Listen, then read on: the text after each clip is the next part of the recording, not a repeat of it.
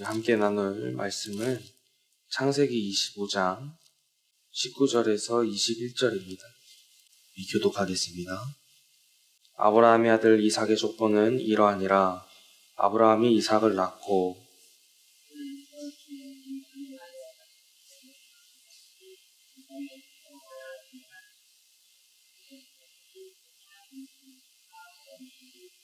함께 읽겠습니다.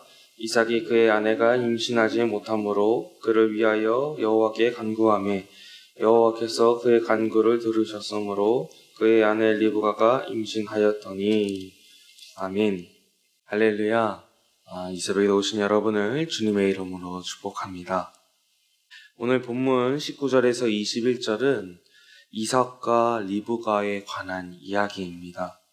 그리고 어제 말씀드렸던 그 설교처럼 아브라함의 약속과 믿음이 그것으로 끝난 것이 아니라 이삭에게 흘러간 것을 오늘 볼 수 있는 장면입니다. 주석을 살펴보면 35장까지 이삭의 이야기라고 하는데 이삭의 이야기치고 별로 그에 대한 이야기가 없습니다. 특히 27장 이후에는 이삭의 이야기라고 보기 어려울 정도로 이삭이 등장하지 않아요.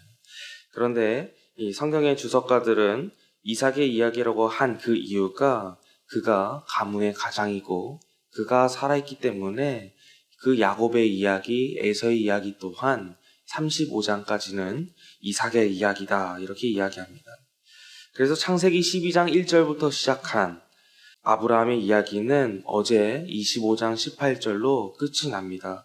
그러나 끝이 난 것이 아니라 다시 새로운 세계로의 시작입니다. 우리 25장 19절을 우리 함께 읽겠습니다. 아브라함의 아들 이삭의 족보는 이러하니라. 아브라함이 이삭을 낳고. 아멘.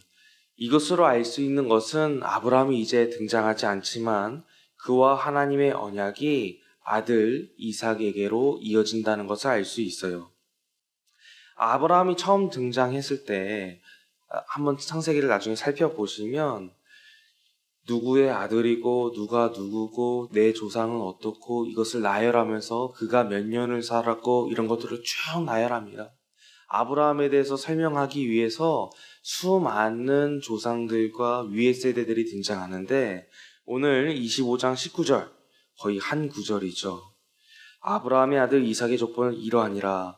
아브라함이 이삭을 낳고. 그 족보가 하나밖에 없습니다. 아브라함이라는 사람이 어떤 사람인지를 알려주기 위해 족보가 등장하는데 이 이삭이라는 사람에게는 아브라함, 아버지가 누구인지 한 명만 이야기하면 끝이 나는 족보입니다. 사람의 출생을 하면 그 사람이 어느 정도인지 우리 알 수 있다고 생각해요. 그래서 우리는 지금도 사람을 만나면 물어봅니다. 어디가, 고향이 어디세요? 학교가 어디세요? 아버지는 뭐 하세요? 그것을 통해서 우리는 이 사람이 어떤 사람인지 알게 됩니다. 그러니까 오늘 성경이 이야기하는 것은 그 아버지의 그 아들이다 라고 이야기하는 거예요. 믿음의 아버지고 약속의 아버지고 하나님께 받은 그것들을 잘 실천한 그 아버지의 아들이기 때문에 족보가 이렇게 간단하게 나오는 겁니다. 저마다도 족보가 있습니다. 저도 성이 한씨여서 청주 한씨는 하나밖에 없거든요. 그러니까 누군가를 만나더라도 한씨를 만나면 왠지 모르는 그 편안함을 갖고 있고 우리가 족보대로 위에 올라가면 아마도 만났을 거야. 그런 이야기도 서로 하며 악수를 나눕니다. 이러한 관점에서 19절을 보면 이삭의 아버지는 아브라함이기에 이삭에게는 아브라함 위의 조상들의 족보의 언급이 필요가 없습니다. 아브라함 때의 언급은 되었지만 하나님의 축복이 아브라함에게 그리고 이삭에게로 이어졌기 때문에 아브라함만 언급해도 되는 거예요. 이삭은 다른 어떤 말로 표현 없이 하나님의 축복을 받은 아브라함의 아들입니다.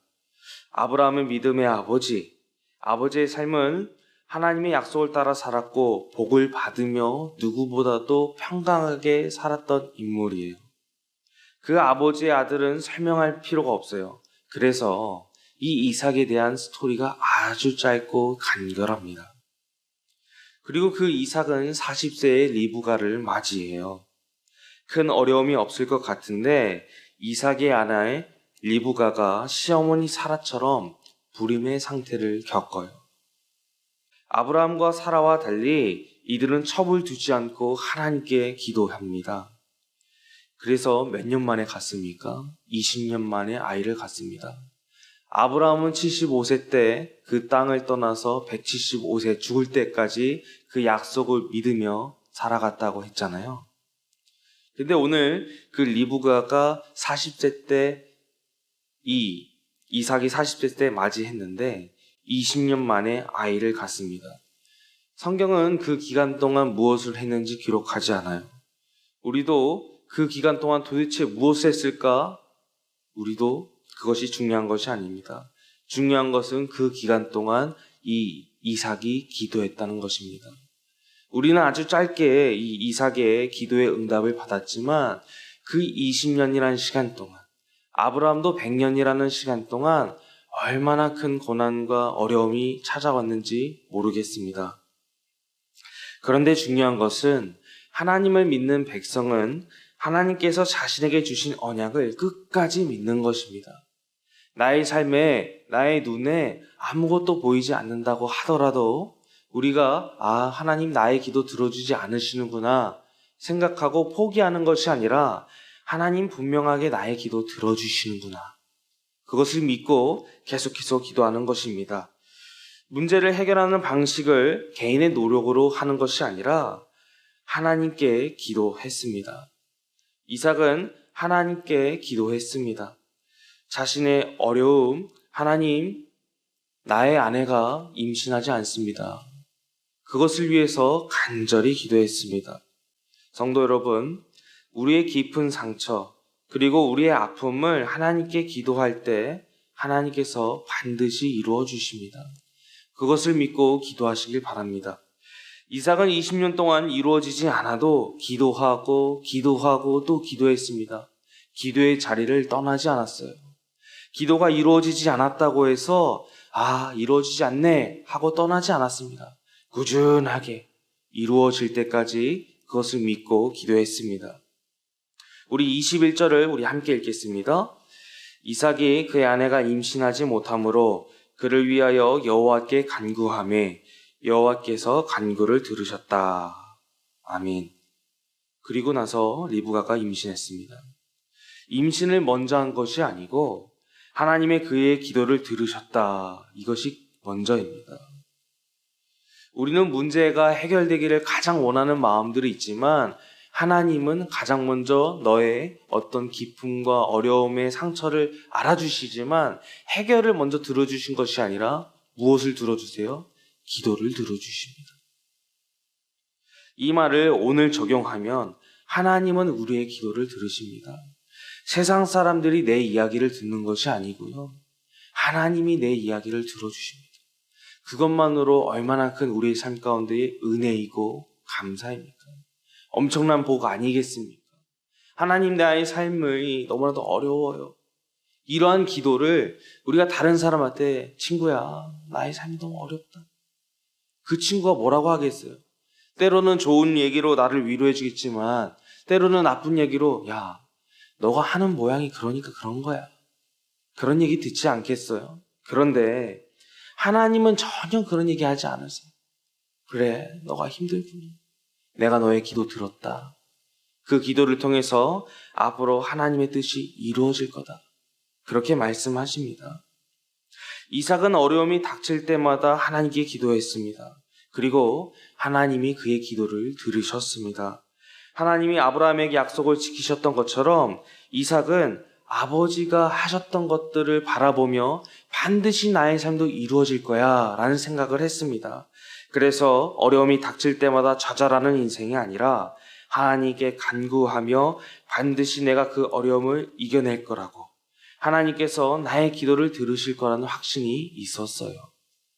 지구촌 제일 성도 여러분, 인생에 어려움이 있으세요? 그것을 해결하고 싶으세요? 그렇다면 믿음을 놓지 않고 지금의 자리, 기도를 놓지 마시길 바랍니다. 이삭은 다른 어떤 해결책을 원하지 않았어요. 그저 하나님께 기도했습니다. 하나님, 나의 상황이 이렇습니다. 하나님, 나의 어려움이 이렇습니다. 그러니 하나님께서 들으셨습니다. 성경에 보면, 이 신약 성경을 보면 간청하는 기도들이 있습니다. 그래서 이 과부가 불의한 재판장을 만나서 자기의 어려움을 막 이렇게 토로합니다. 내가 이렇게 어려움이 있습니다. 그러니까 재판장이 들어줘요, 안 들어줘요? 안 들어주잖아요. 자신한테 이익이 없거든요. 그리고 성경에는 그 사람을 뭐라 이야기하냐면 불의한 재판장 이렇게 써놨습니다. 불의하니까 그 과부의 이야기를 들어주지 않아요. 과부는 그 시대의 최대의 약자거든요. 그 사람의 어떤 기도를 들어주면, 간청을 들어주면 모든 사람의 것들을 다 들어줘야 된다고 생각을 했어요. 그런데 성경이 계속해서 불의한 재판장과 과부의 이야기를 간청하는 기도다라고 이야기하는 이유는 하나님은 그러지 않으신다는 거예요. 세상 사람들은 나의 이야기를 듣지 않고 불의한 재판장은 나를 바라보지 않고 나의 이야기를 실행시켜주지 않는데 하나님은 반대로 나의 이야기를 들으시고 나의 이야기를 실행시켜주시고 나의 이야기를 해결해 주신다는 거예요. 그래서 우리는 끊임없이 하나님한테 기도하며 하나님께서 들으실 것을 믿으며 나아가야 된다는 것입니다. 지구촌 제일교회 성도 여러분, 다른 사람들이 나의 아픔을 알아주기를 기대하시기 마시기 바랍니다. 사람에게 의지할 것이 없어요. 사람의 겉모습만 보고 바라볼 것이 없어요. 오로지 하나님만 바라보며 나아가야 됩니다. 하나님만 찾아가야 됩니다. 내가 사람을 의지할 것이 아니라 오로지 정말 하나님만 의지하며 나아가야 되는구나. 하나님만 바라보며 나아가야 되는구나. 내가 하나님께 기도해야 되는구나. 그러면 하나님은 반드시 기도의 응답을 들어주신다는 것입니다. 성도 여러분, 오늘 이 자리를 떠날 때 한 가지 기억해야 될 것은 하나님은 반드시 들으신다는 것이에요. 하나님은 반드시 그 기도의 응답을 들으신다는 거예요. 그것을 잊지 마시길 바랍니다. 하나님은 우리의 기도를 들으십니다. 오늘 우리 이 시간 함께 기도할 때에 나의 어려움, 나의 상처들, 내가 남들에게 말하지 못하는 그 문제와 어려움을 하나님께 얘기해 보세요. 하나님 반드시 들으시고, 그리고 하나님 들으시는 것뿐만 아니라 해결과 결과를 보여주십니다. 그것을 믿고 나아가는 하루가 되시기를 간절히 소망합니다.